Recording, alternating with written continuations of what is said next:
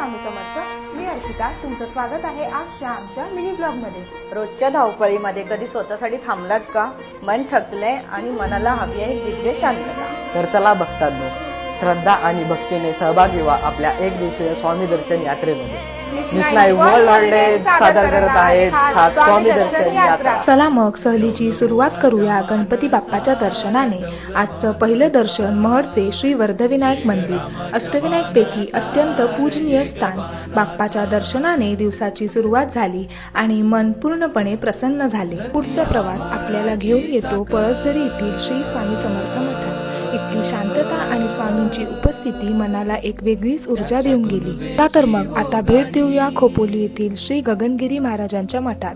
इथला महाप्रसाद म्हणजे फक्त अन्न नव्हे, ती एक दिव्य अनुभूती होती. तर आम्ही पोचलो लोणावळ्यातील नांगरगाव येथील श्री स्वामी समर्थ भवन.